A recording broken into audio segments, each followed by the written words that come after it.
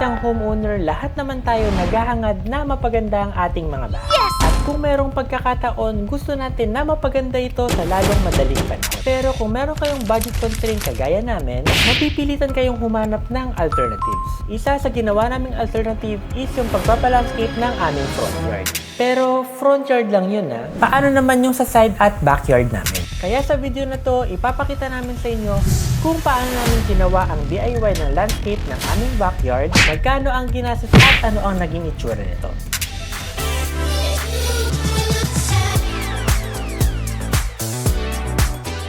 For this video, sasagutin namin ang mga sumusunod.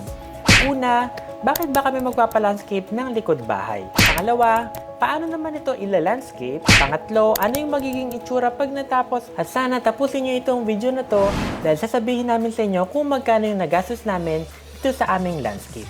Hi, I'm Ting! And ginawa namin itong video na to para mapakita namin sa inyo kung paano namin pinaganda ang aming front yard pati na rin yung aming backyard.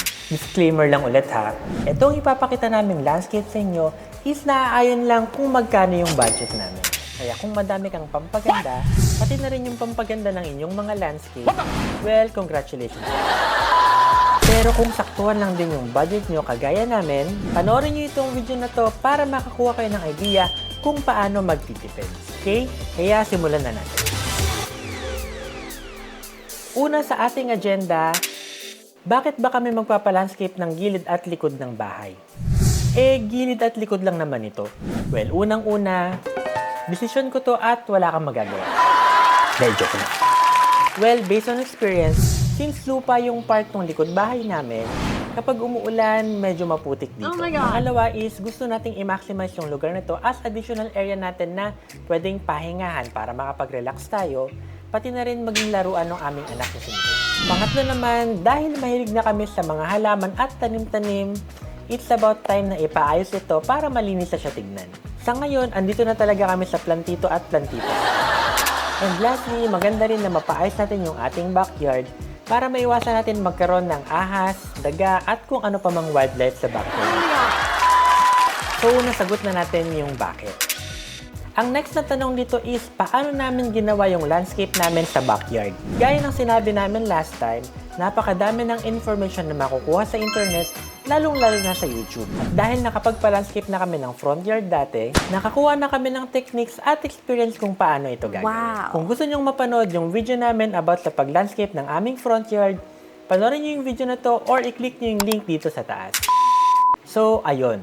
Inaral namin mabuti kung paano ginawa yung sa front yard namin, pati na rin kung ano yung mga materials na ginamit nila noon. Kasi mas makakatipid talaga tayo kung DIY, di ba? Tapos, nung nag-gather na namin lahat ng pwede naming mag-gather, tinawagan ulit namin yung nag-landscape sa amin nung nakaraan para mag-landscape ulit sa amin. Kaya kung paano ito ginawa, mamaya ipapakita namin sa inyo yung video from start to finish para ma-appreciate nyo yung pinagdaanan ng aming landscape. So, ang susunod na tanong dito is, ano yung naging itsura ng landscape natin? So, eto na nga. Unlike sa front yard namin, ang pinagawa namin dito sa likod is nakagraba siya para hindi na tayo mapuputikan kapag umuulan. Plus, less maintenance na rin ito sa pagdilig at sa pagpapagrass cut. Though, hindi naman siya totally graba lahat kasi nag-iwan tayo ng space sa gilid at pati na rin dun sa likod na part para meron pa rin tayong taniman. Ang plan kasi namin is magkatanim pa rin ng mga halaman si Abby dun sa mga gilid na part. Tapos yung doon naman sa may bandang likod is maglalagay ulit tayo ng nedra. Yung nedra kasi is maganda siya kapag tumaas, no? Pwede siyang mag-serve as bakod nyo. Siguro ito yung naisip namin kasi wala kaming pambabakod. Though meron namang bakod yung sa likod na bahay namin, no? Pero mas maganda pa rin kung meron tayong sariling bakod. Oh yes! So yan yung naging concept ng gusto naming landscape sa likod. So para makita nyo ito, nag-compile kami ng video clips mula nung sinimulan yung process hanggang matapos. And panoorin nyo itong mabuti para makakuha kayo ng idea kung ano bang gusto nyong ipagawa sa inyong mga backyard. Okay? So simulan natin.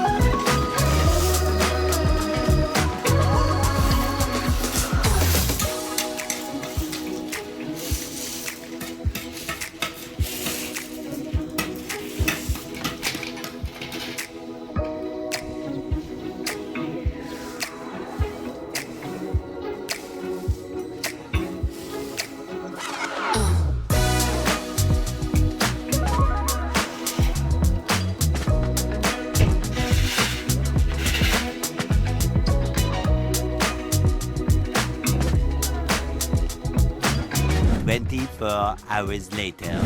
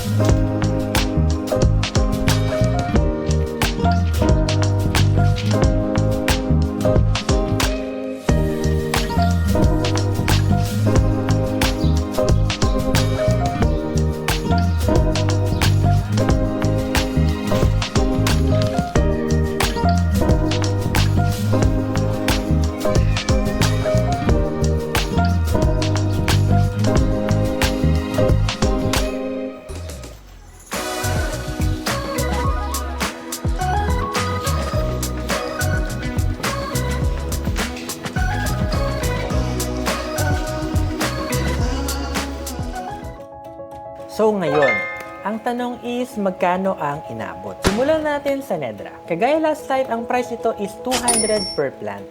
So bumili tayo dito ng 10. Tama, 1. O, 10 nga.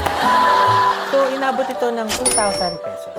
Ang next naman is yung stepstones. Though meron tayong nabibili nito sa labas, no? Pero mukhang hindi makukuha yung gusto naming sukat. Kaya ang ginawa namin is nagpa-customize kami nito. Ang singil sa amin is 350 pesos ang isa, so nagpagawa kami ng 10. Inabot ito ng total of 3,500 pesos.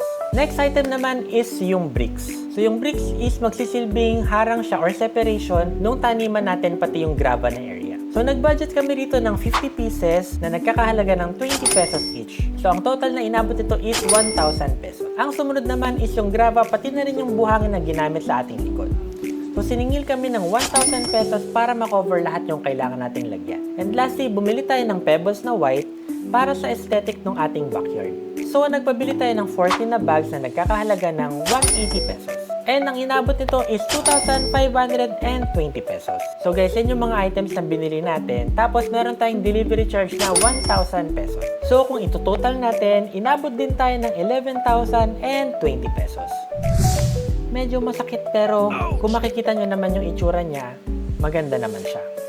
Tapos mas mura siya compare sa ipapasemento mo or magpapagawa ka ng bakod. Well, siguro kuripot.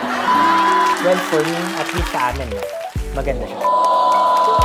At ito guys, yung materials pati yung delivery charge, no? Ang wala lang sa cost nito is yung labor cost. Kung magkano yung labor nito, kayo na lang mag-usap nung gagawa ng landscape ninyo. And if taga-Amaya kayo, tapos gusto nyo magpagawa kay Sir Edwin, comment lang kayo sa video na to para matulungan ko kayo. And by the way guys, wala pa rin akong commission dito. Gusto ko lang i-recommend si Sir Edwin kasi maganda rin naman yung gawa niya sa amin. Kung nagustuhan niyo yung video na to at nakatulong sa inyong landscape project, huwag niyong kalimutan mag-click ng like, subscribe, and notification bell para maging updated kayo sa mga future video uploads namin. At kung meron pa kayong gustong makita na house improvement or DIY projects, mag-comment lang kayo sa baba para mapag-usapan natin. At malay nyo, magawa namin ito ng video sa susunod. At kung tapos na, see you on the next video.